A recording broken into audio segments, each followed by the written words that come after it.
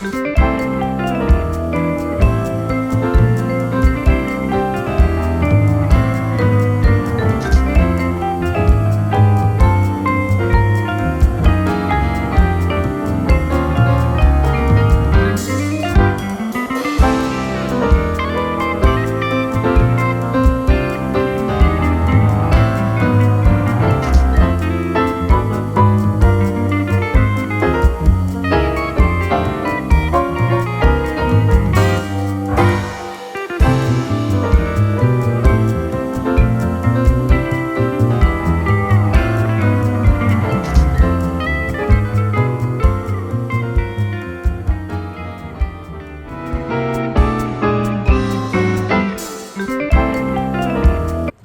Lewell here. This is Lucinda, we call her Lucy. This is Michelle, we call her Shelly. We got a real special treat for you guys. I've always said that you guys need to educate yourself. There's a good rap about understanding Congress, understanding legislative process. There's a lot of laws that are written that affect us. We need to know who those people are. And if they look like us, that's great. So ladies and gentlemen, I got a real treat for you. This gentleman is running for U.S. Senate, not state Senate, U.S. Senate. Would you please introduce yourself? Hello everyone, my name is Lew Tapera, and I'm running for U.S. Senate for Pennsylvania in 2022. Check my website out. It's lewforyou2022.com. You can sign up, read about my positions. You can sign up to volunteer. But the whole idea of this campaign is it's going to be, you guys are going to see this from the ground up. Check out my Twitter, check out my Facebook. I made a mistake on my flyers today, but I was public about it. I want everyone to get inspired by this. Win or lose, I need more people, regular people, running for office. So, Lew for You 2022. I like that. This episode is brought to you by the Royce Smith Law Firm. The choice is Royce. Lew for You 2022. All right, so Lew, we got a couple questions for you. We looked at your website, which is amazing. It's awesome. And we don't need to know what side of the aisle that you rock with. We'll just understand this. What's your position on LGBTQI? Okay. Just like anything else, women, minorities, we need to support the community and make sure they're not discriminated against in regular life and at their jobs. I believe we're all created equal. I'm a big proponent of women's rights and of course equal rights and civil rights, but I think we have made a lot of progress in the gay and Latino community and the Black community, but we're still not there yet. There's a lot of things we can do, but we have to make sure that everyone is treated the same at their jobs and in the law. So, I understand that you're from Zimbabwe. My dad is. Your dad. So that means you're kind of from Zimbabwe too. How do you feel about affirmative action? It's funny. Ever since I was a kid, there was always negative talk about affirmative action, which I still think is odd. For example, when I was a kid, it was about the fire department, and they were like, well, what if a Black person isn't as qualified as a white person, but you quote unquote gave him this job anyway, and he wasn't as qualified. But if you just look at the stats in general, just especially in corporate America, you just don't see any minorities. People always want to point to the Oprahs and people like that, but the CEOs, women have made better strides, really, but you just don't see CEOs, CFOs who are Black. Do I think Amazon, and Comcast are racist? Of course not, but we have to, make better strides and especially in education. The Republicans just came out the other day bashing college, saying that you don't need to have a college degree. People say that so you stay under the boot. You take less, you command less money.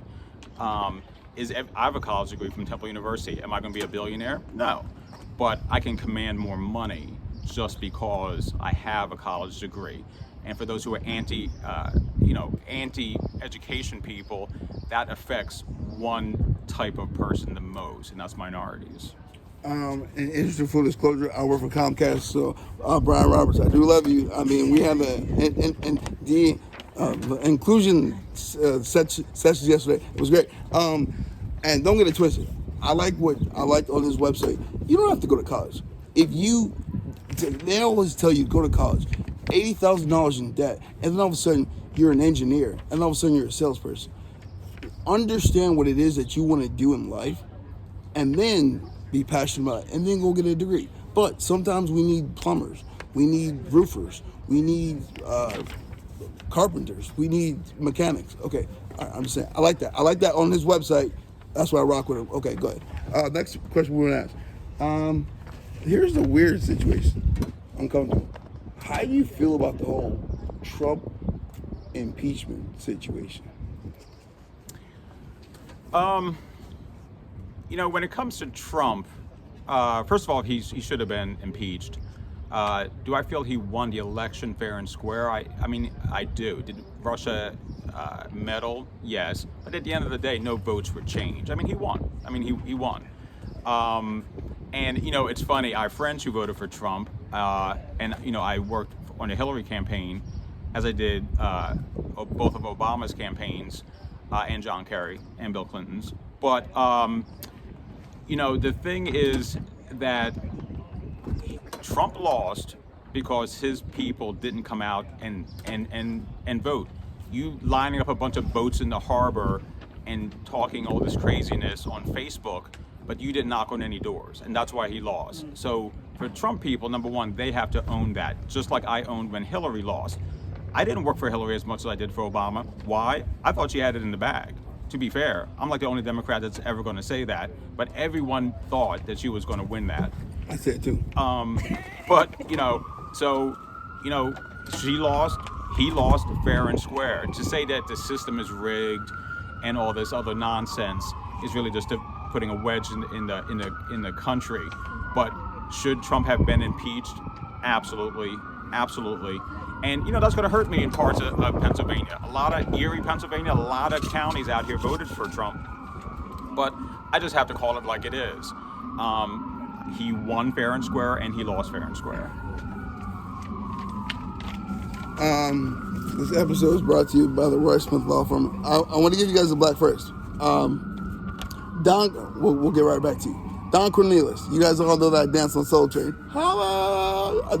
So Don Cornelius, 1986, Don Cornelius held the first Soul Train Music Awards, the first musical awards show dedicated exclusively to black musicians.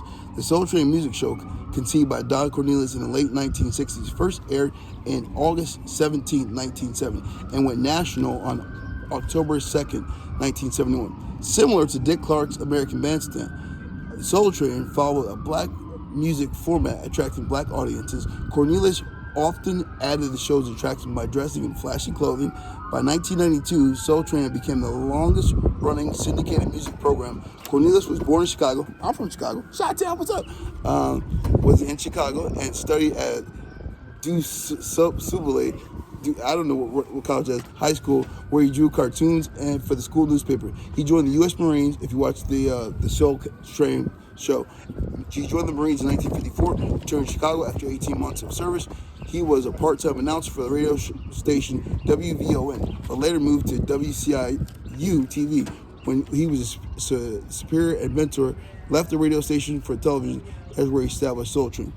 We always went to Soul Train. I was on the Soul Train line. The question when I was doing the Scrabble board, they were like, he's a charismatic congressman that's running for Senate.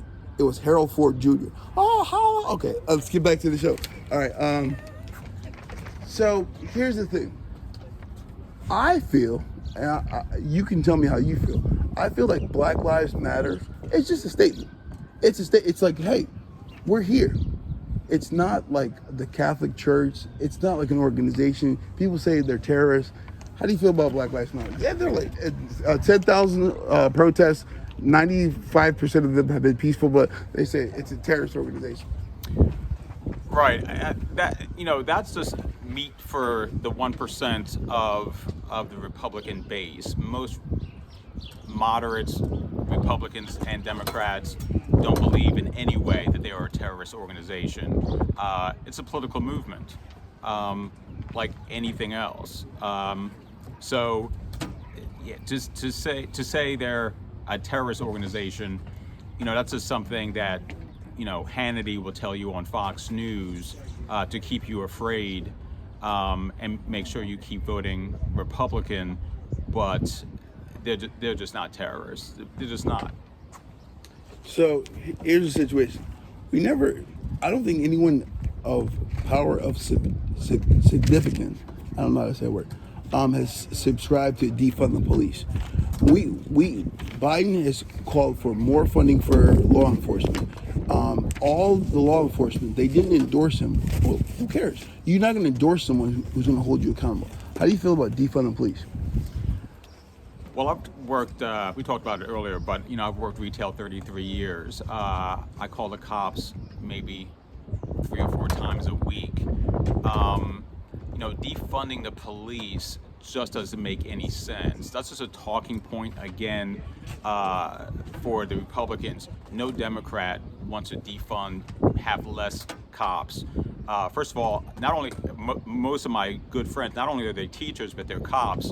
And I'm also pro-union, so I'm not going to try to get rid of union workers.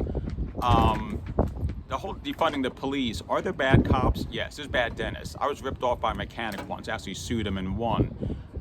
So there's bad people in every field, but to even imply that the majority of cops are bad and we should get rid of them just isn't true. There's a percentage of just bad cops, same as bad dentists, bad doctors, bad teachers. But you shouldn't defunding them. If anything, we need more cops. When I used to work, they're closed now, so I can say it, but I used to work at Modell's at 16th and Walnut. The cops couldn't even get down there in time. I kept asking the police to have a substation in the Rittenhouse Square area. But to have less cops, less officers, less guns, less police helicopters in America or this state just doesn't make any sense. You're just giving now the control to the criminals. I live with a white woman, and we live right next to the police station. I'm just saying, we like the police. I mean, if something pops up, we call them the police. Here's the situation, though. When they say reimagine, what does that mean? It means maybe you should be trained differently. Maybe you shouldn't shoot someone 17 times. And I understand they're trained. If you're going to shoot to kill. That's how they're trained. You can't just shoot them in the leg. That's not how they're trained. My mom, Gail, my aunt, police sergeant in Chicago, I understand that. And every day they wake up and they check their weapon, make sure the weapon's intact. They kiss their family and they go out. I feel sorry for Derek Chauvin. He's a scumbag. But when he walked out of court, I was like, that dude gonna be in jail for the rest of his life. He's not gonna be on Gym Pop. But I'm just saying, he didn't wake up one day and say, hey, I'm gonna be in jail for the rest of my life. All right, cool, awesome. So why do you want everyone's vote? I think probably the most extreme thing, I'll be penned as being extreme thing I'll ever say ever, is that I believe Election Day should be a national holiday. Everyone is trying to suppress the vote. And my thing is this, my favorite team are the Philadelphia Phillies. I'm not going to vote or hope there's umpires who give me calls in our favor so we win more games. The idea of suppressing the vote is obviously so a certain party stays in power, but everyone should take Election Day serious, even the non-fun and important ones. Every election is important, from mayor to school board. Everything's important because, especially, people talk about the presidency because gets more press, but it's the mayors, it's the comptroller, it's the controllers, it's the school board. These are the positions, the judges that affect your life more than if Trump or Obama's in office. Like, that's just the facts. But you'll see that people don't come out and vote for these people. But everyone needs to get registered. I know I have this discussion with my mom. She doesn't make a lot of money. It's hard for her.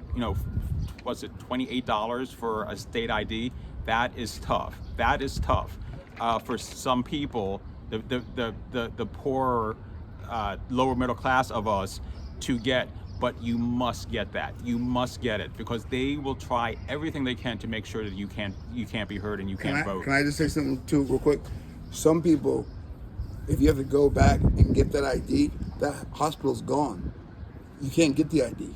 You make these laws. They can't have the money. They can't get their ID. Don't make laws to support. We want everyone to vote. I'm just throwing that out there. Okay, all right, good job. He spit. I want to ask you a question about inflation because I think you were an economist. I majored in economics at Temple University. Yep. So I'll set the stage with this. Some people say that, hey, if you don't keep raising inflation, everything will be great. There's a gold standard we don't understand. I think on your website, which you guys should all go to, I try and volunteer and support. You said something about if in 1960 or 1940 or something like that, if inflation would catch up today, everyone would be getting 1068 or 1867. Yeah, when I first started working, minimum wage was $3.35. It's only gone up $5.50 in 35 years.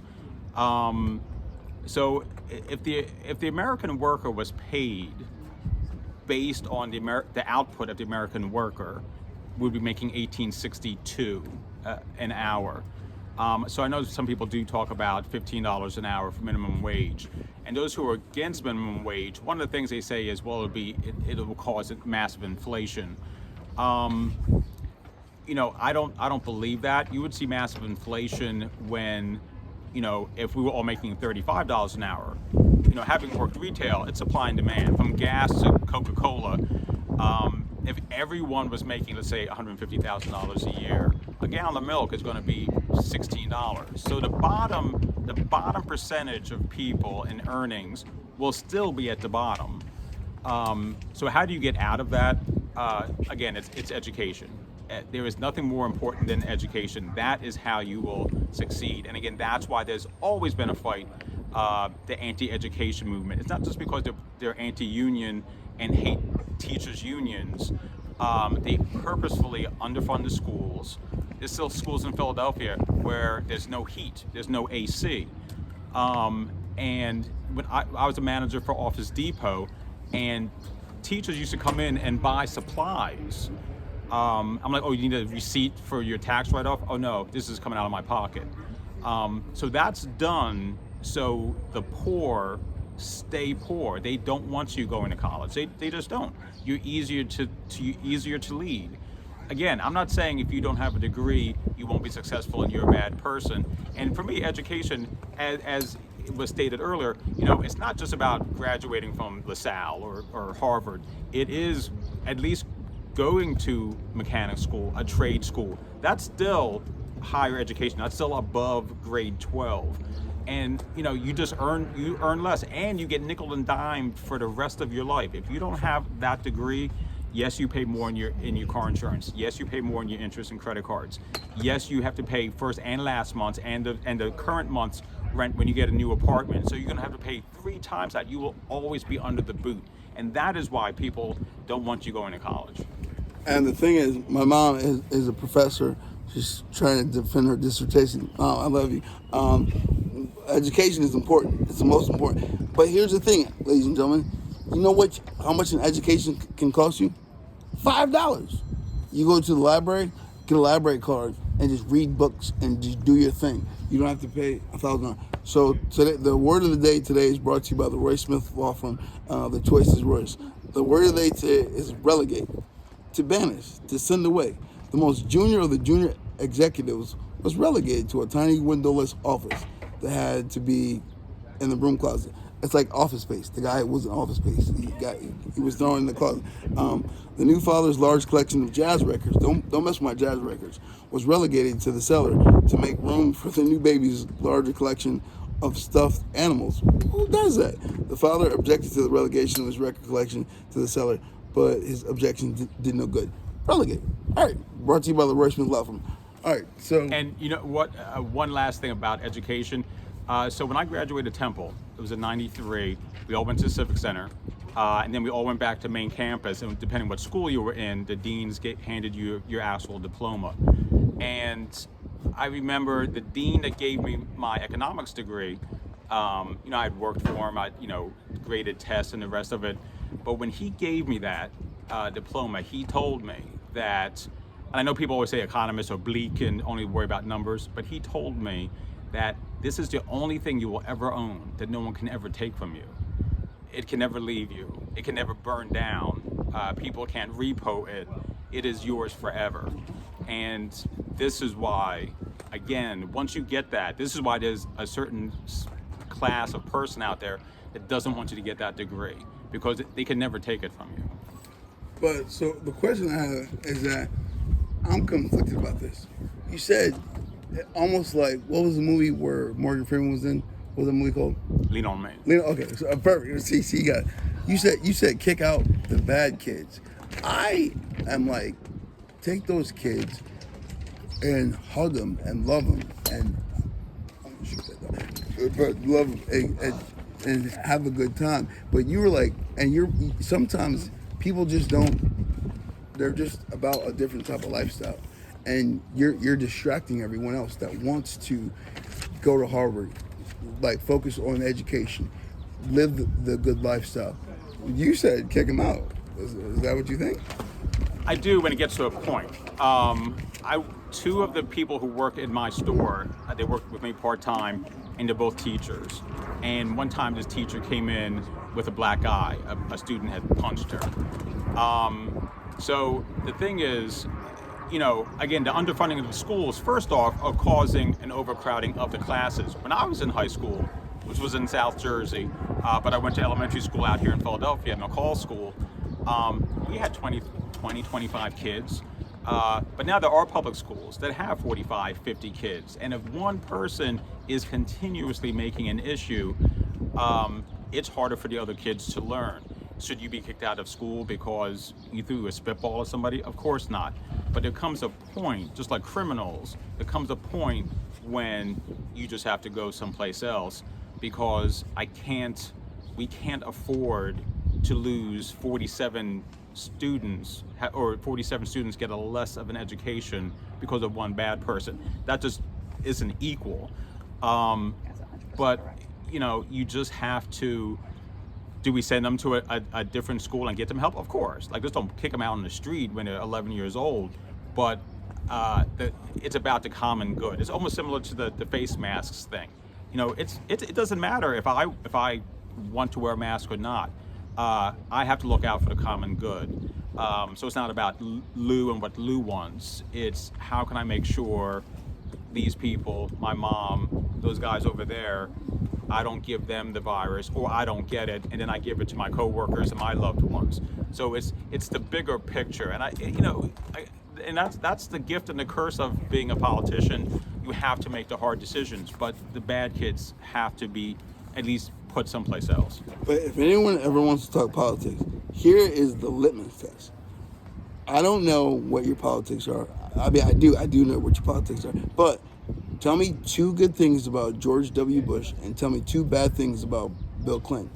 And then, I mean, I don't know if he's a D or an R, but I'm just saying, maybe we can flip it up too. But be objective.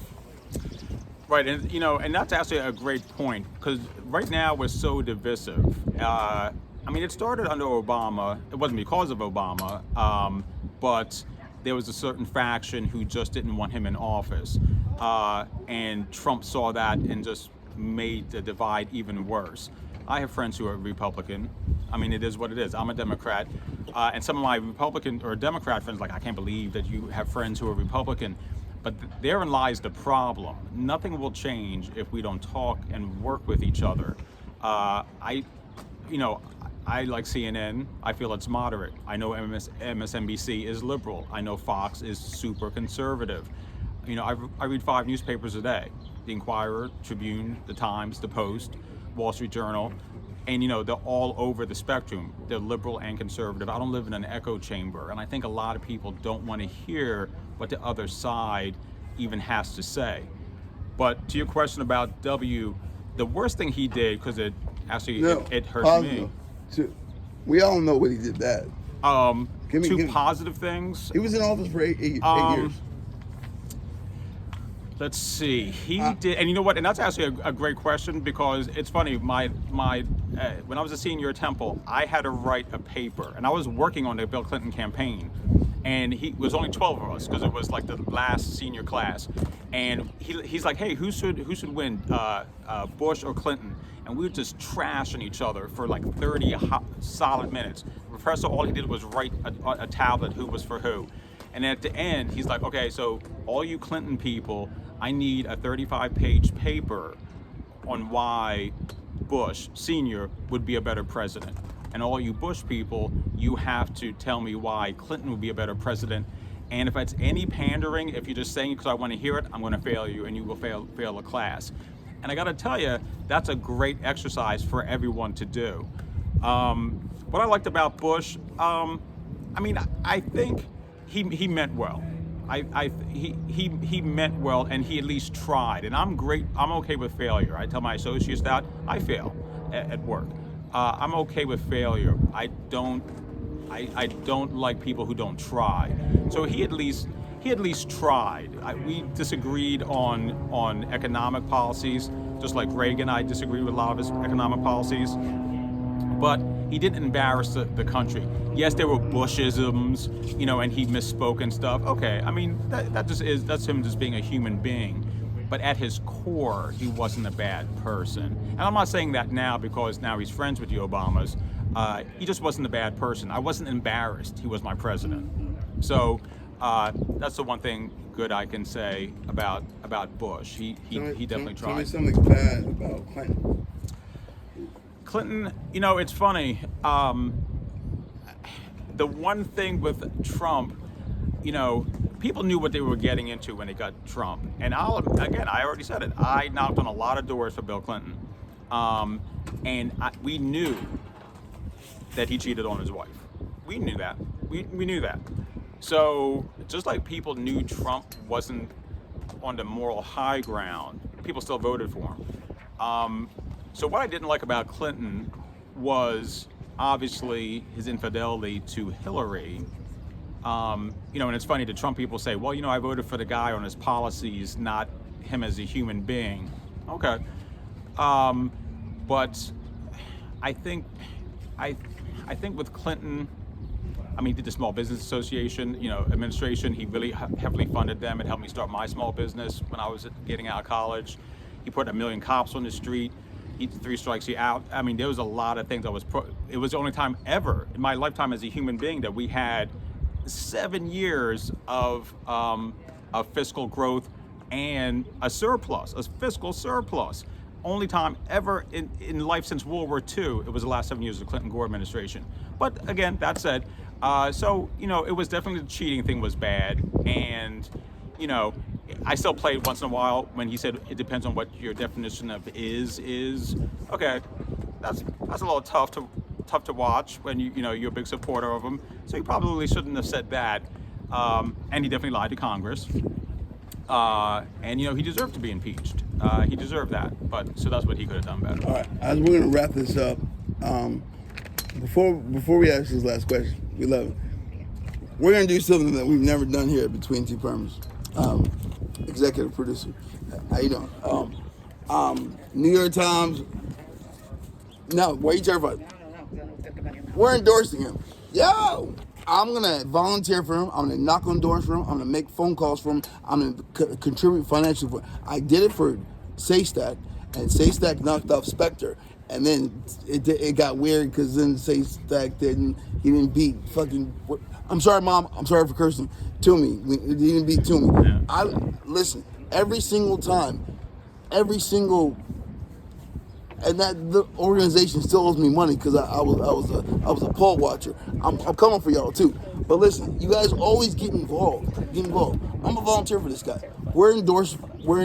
Between two Perms. We are endorsing. Yo, only because his slogan is so dope. Lew for you, 2022. I mean, where else would you go? Seriously, Lew for you in 2022. Okay, but here's the last question. What are you willing to do to earn everyone's vote? I'll always tell you the truth. So 2 years ago, I had 3 weeks of vacation. I went to all 67 counties of Pennsylvania. Met a lot of interesting people. I have to tell people the truth, and just like we just talked about with education, that's going to anger some people.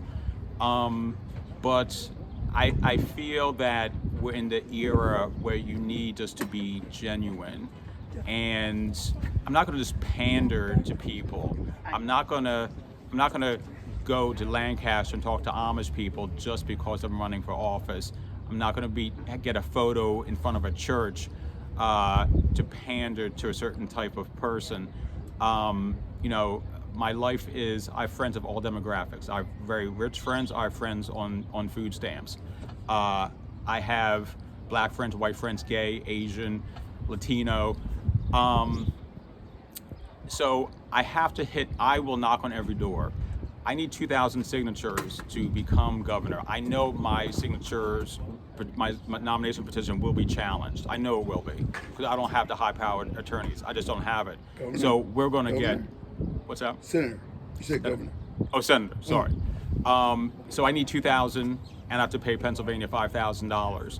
I'm going to have to get 10, 15,000, because again, it's going to be challenged. That's just that's the facts. How many signatures you need? 2,000. I'm gonna get 500 myself. Watch. I'm gonna go to the suburban station. Don't write your name 500 times. No.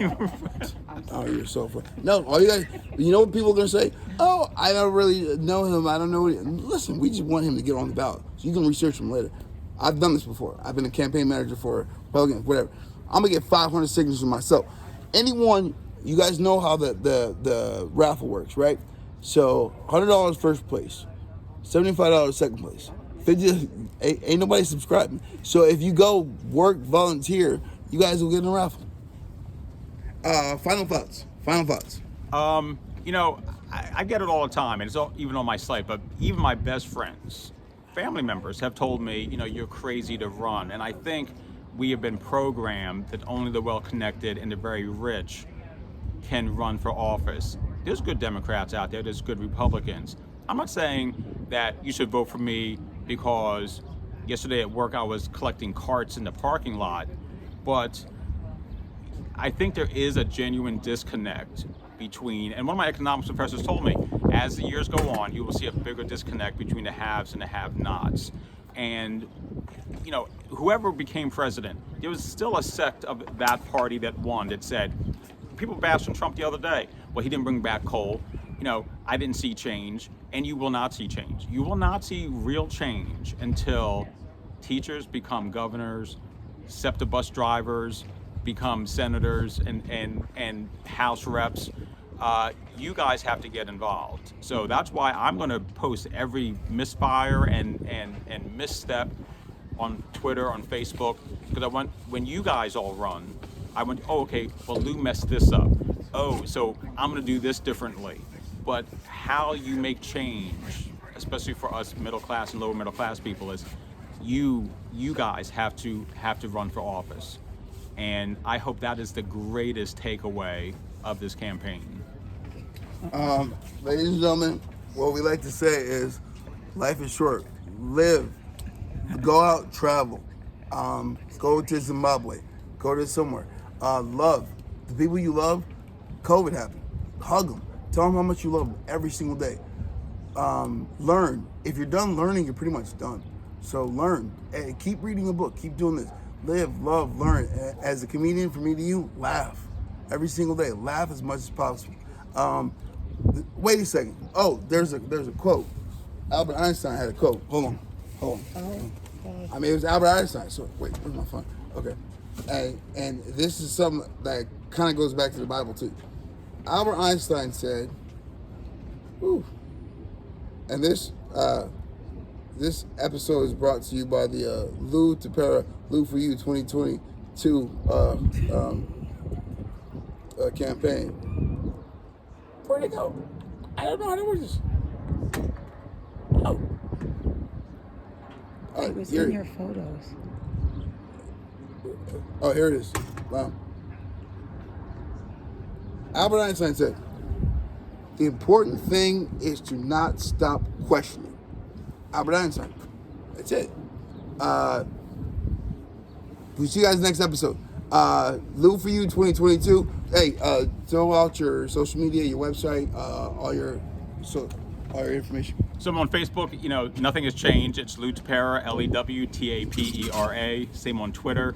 And again, the website is LEWFORYOU2022.com. Again, read the positions. It's everything from education to guns, environment, to unions, and sign up and volunteer, and let's go make change. That's it. Done.